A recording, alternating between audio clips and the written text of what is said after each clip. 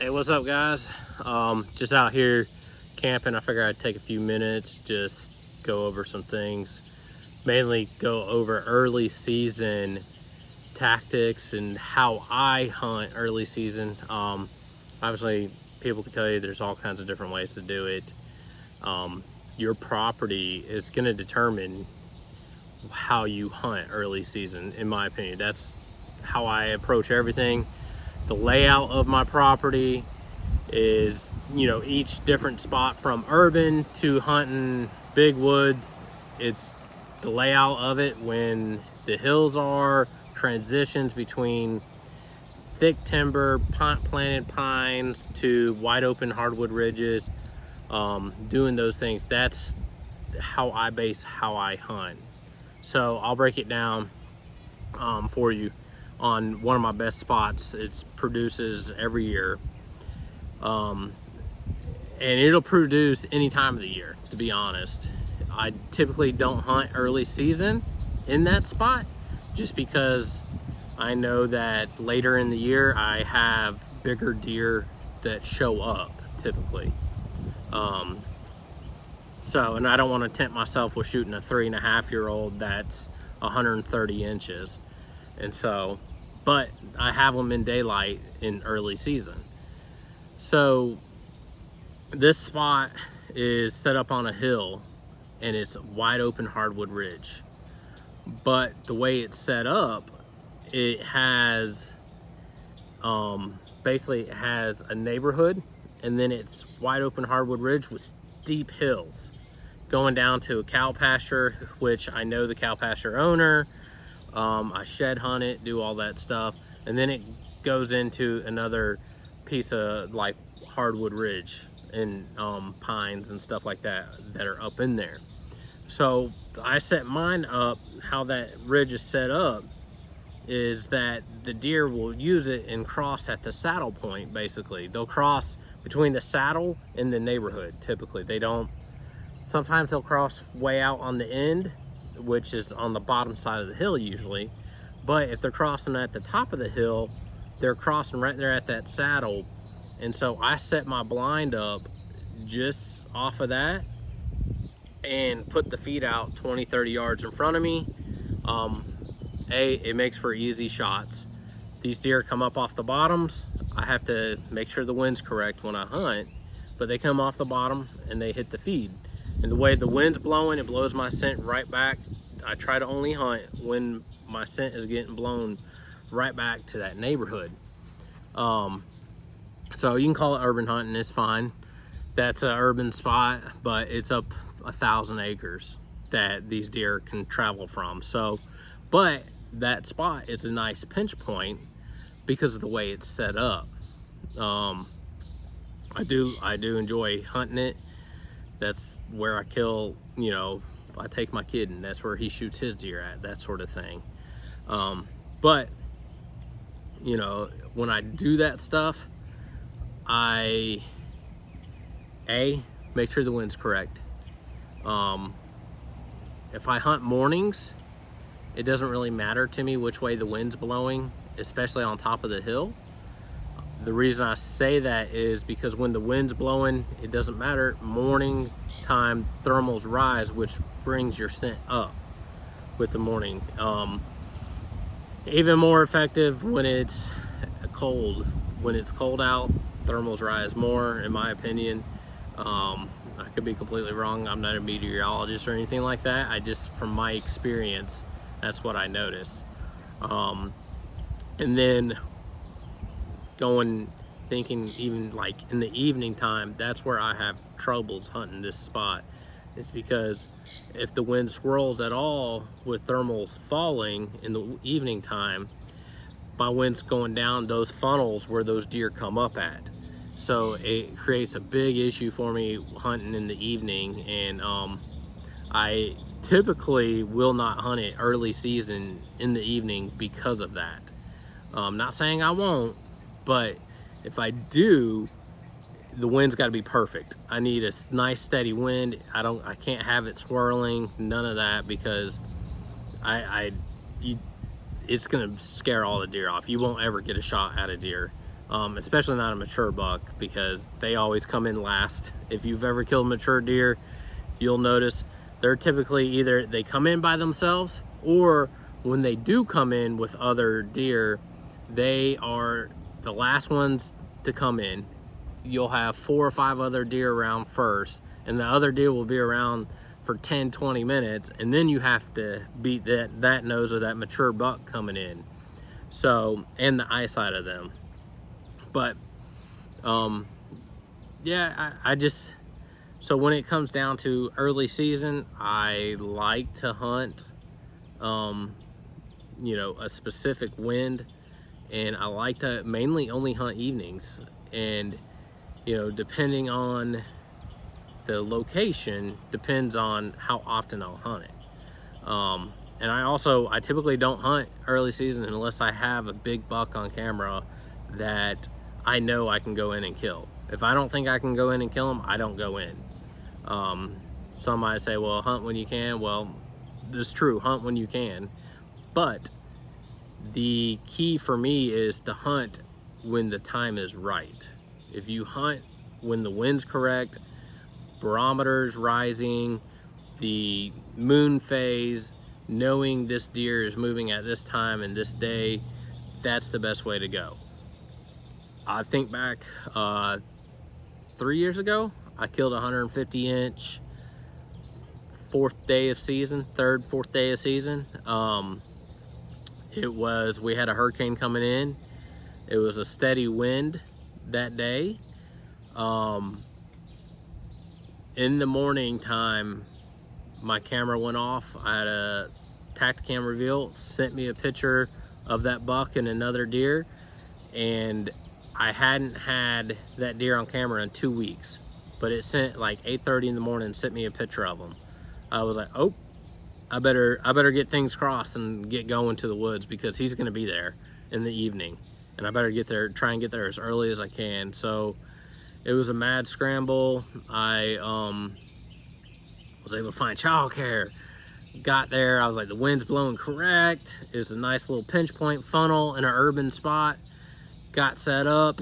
Within 5 minutes of being there, I did like a little video, sent it to some friends, said, hey man, we're out here, we're gonna see if we can't kill this giant 8.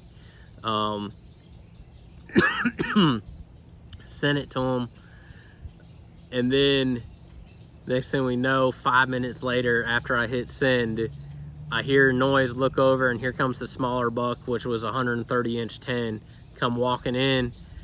And I knew, I was like, he's got to be right there behind him. Stood up, got my bow, and sure enough, here he came in to the pile. I had some feed on the ground in that pinch point, and as soon as he got to it, I shot him, and you know, the rest of history, ended up finding him and everything, and my biggest deer yet.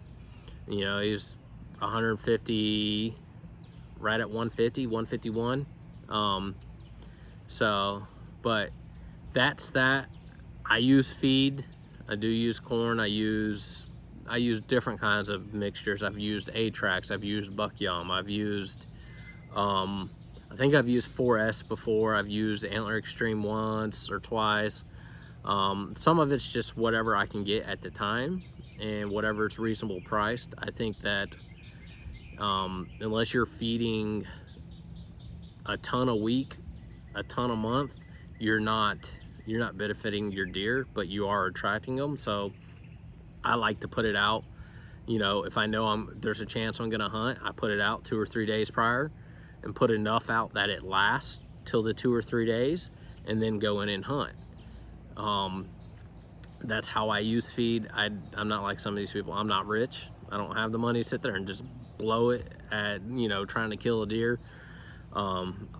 You know, but I do use it. I use it to help me. It's benefited me a lot over the last several years since they made it legal in Georgia.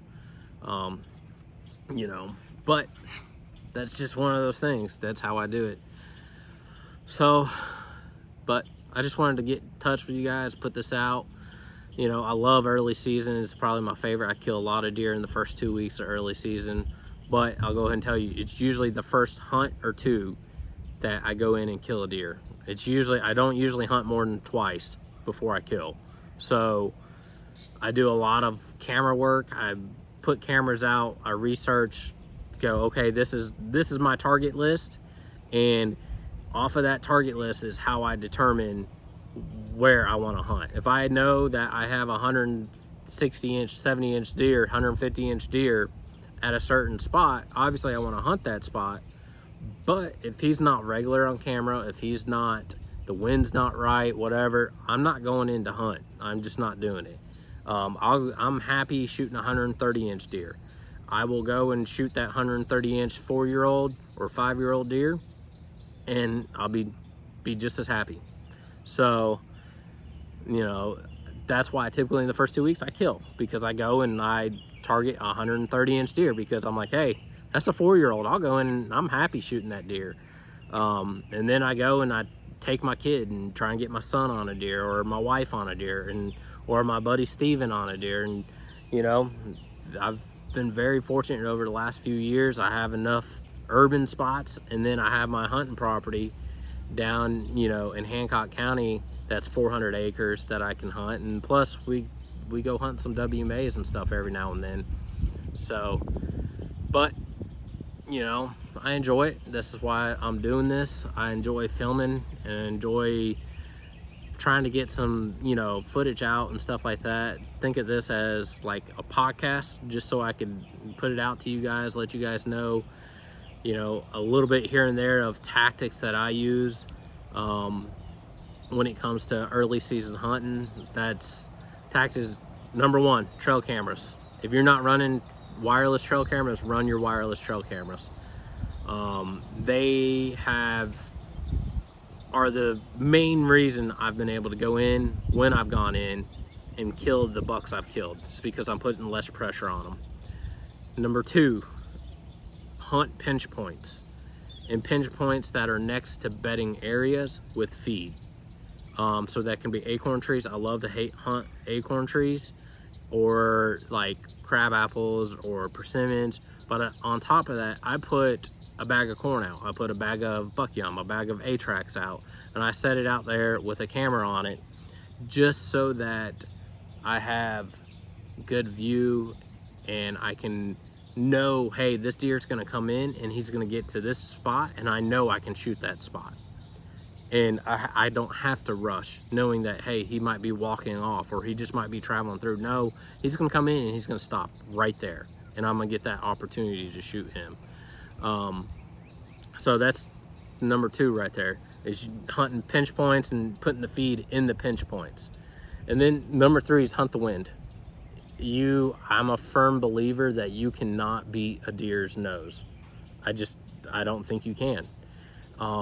I think you might be able to disguise scent a little bit, but overall you're not going to beat a deer's nose. So, you know, some people say, oh, you can beat it, you can use, you know, all the spray you want, and, you know, dead downwind and all this stuff, and put it on you, and you can use ozonics and beat deer's nose. I think you might be able to fool them a little bit, but I don't think you can beat their nose. So with that said, hunt the wind. If it's blowing, make sure it's blowing directly in your face. That way the deer are going to walk right in front of you and not be able to smell you. You know, I once was told, and it's out there, that like a human smells 1,000 particles per square inch is what we smell. Something like that, right? A dog will smell 10,000 particles per square inch. A dog's nose. So think of how much better a dog's nose is than our own nose. Well, a deer will smell something like 40,000 particles per square inch. And I could be off on those numbers, but in general, that's how much better a deer's nose is compared to ours, yours, dogs, all other animals. Their nose is that powerful that I just don't think you can beat it. They can articulate between, hey, that's a human odor and that's not human. And the difference is can they go, okay, that's 200 yards away, or that's 20 yards away. And that might be the only difference you can do in beating that deer's nose. That's just my opinion. I just don't think you can. So But I'm gonna try and do one of these every week, put it out. That's my 3 tips on early season hunting: trail cameras, hunt the wind, hunt funnels with feed. That's my 3 tips on how I hunt early season. So thanks for watching. Like I said, I'm gonna try and do one of these a week, early podcast type thing. If you haven't already, hit the subscribe button, hit the like button, let me know. And then also make sure you follow on TikTok, Instagram, and Facebook. I have a Facebook page that has a form where you can do it. So thanks for watching, you guys. I appreciate it. I'm out here camping still and enjoying life. So y'all stay tuned. See you guys.